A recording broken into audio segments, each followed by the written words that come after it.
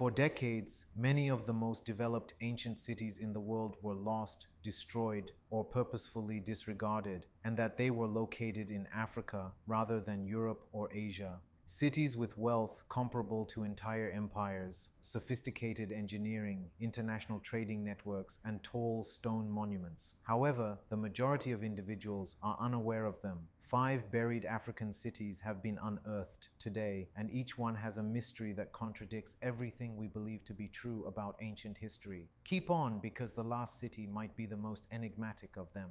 1. Great Zimbabwe, the African city they tried to erase. For decades, historians claimed Africans could not build advanced stone cities, but in southern Africa stands a powerful contradiction. Great Zimbabwe, a massive ancient city made entirely of stone, no cement, no mortar, no foreign builders. Yet for years, the truth about this city was deliberately hidden.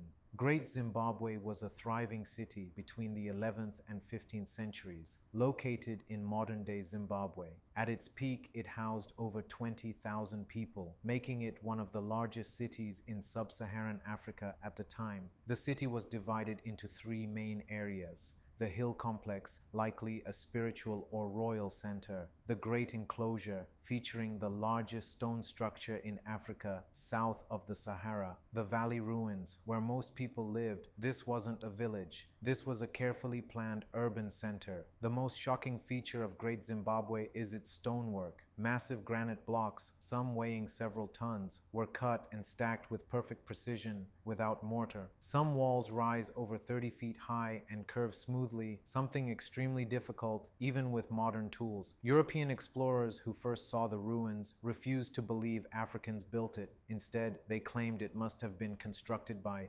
Phoenicians, Arabs, or even biblical figures. But archaeology tells a different story. Excavations revealed pottery, tools, and symbols clearly linked to the Shona people. Carbon dating, oral traditions, and material culture all confirm it. Great Zimbabwe was built by Africans. The city's wealth came from gold mining and trade.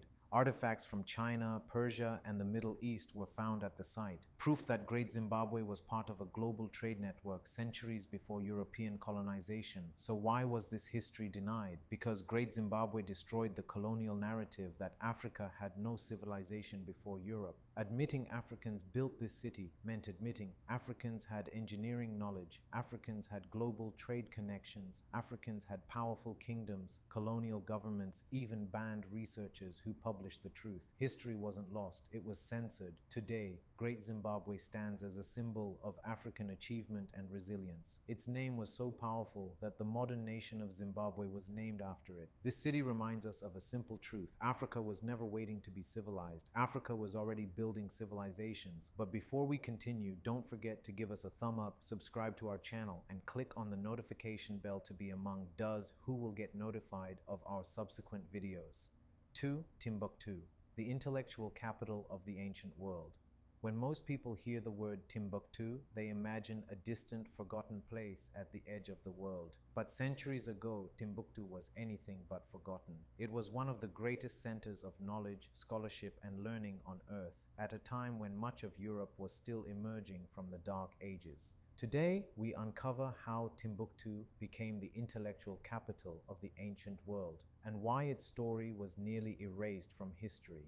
Timbuktu emerged around the 12th century in what is now Mali, strategically located along the trans-Saharan trade routes. Caravans carrying gold, salt, and books passed through the city, connecting West Africa to North Africa, the Middle East, and Europe. Under the Mali Empire and later the Songhai Empire, Timbuktu flourished, especially during the reign of Mansa Musa in the 14th century. His legendary pilgrimage to Mecca revealed to the world just how wealthy and cultured West Africa truly was. Timbuktu was not famous for its palaces, it was famous for its schools and libraries. The city was home to major centers of learning such as Sankore University, Jingwereber Mosque, Sidi Yahya Mosque. Together, they formed a vast educational network where thousands of students studied astronomy, mathematics, medicine, law, theology, philosophy. Education in Timbuktu was highly respected, and scholars traveled from across Africa and the Islamic world to study there. One of Timbuktu's greatest treasures was its manuscripts. At its height, the city held hundreds of thousands of handwritten texts, carefully copied and preserved by scholars and families. These manuscripts covered subjects far beyond religion, including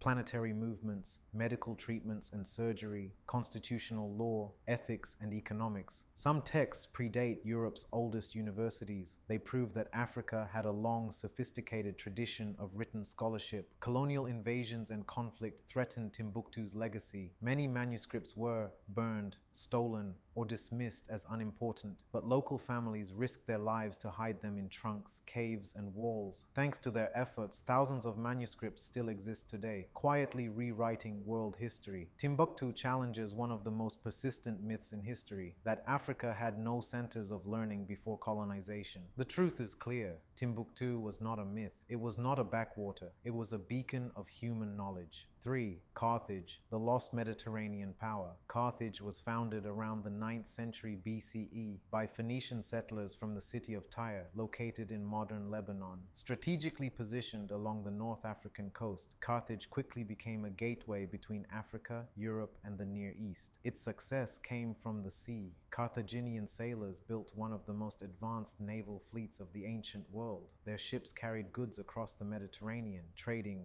gold from West Africa, silver from Spain, ivory, and exotic goods from deep within the African continent. Unlike many ancient powers built solely on conquest, Carthage grew rich through commerce, diplomacy, and maritime innovation. By the 6th century BCE, it had become the dominant economic power of the Western Mediterranean. Across the sea, another city was expanding, Rome. Competition for trade and influence led to a series of brutal conflicts known as the Punic Wars. Carthage's greatest military leader, Hannibal, changed warfare forever.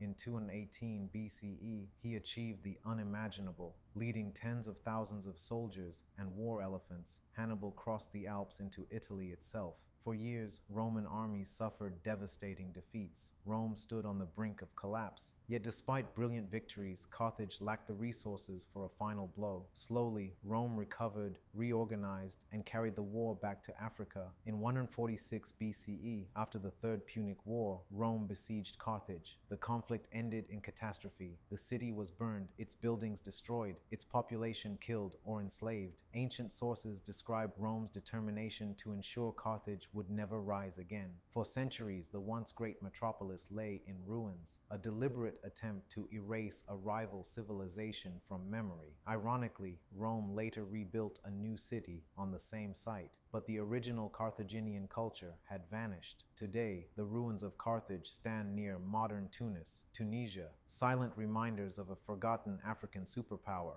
Archaeology continues to reveal harbors, temples, and advanced urban planning that demonstrate Carthage's sophistication. Its story challenges long-held assumptions about ancient history. Carthage was not merely Rome's enemy, it was one of the greatest cities of the ancient world, African, maritime, and globally connected, a civilization lost not by decline alone, but by conquest and historical silence. Thanks for watching. We hope you enjoyed learning about the history and mysteries of these long-lost civilizations. Be sure to join us in the next video as we continue our journey through the annals of time and uncover more forgotten treasures. Stay tuned for more thrilling adventures as we delve into the secrets of the past and uncover the hidden stories of ancient cities waiting to be discovered. See you there.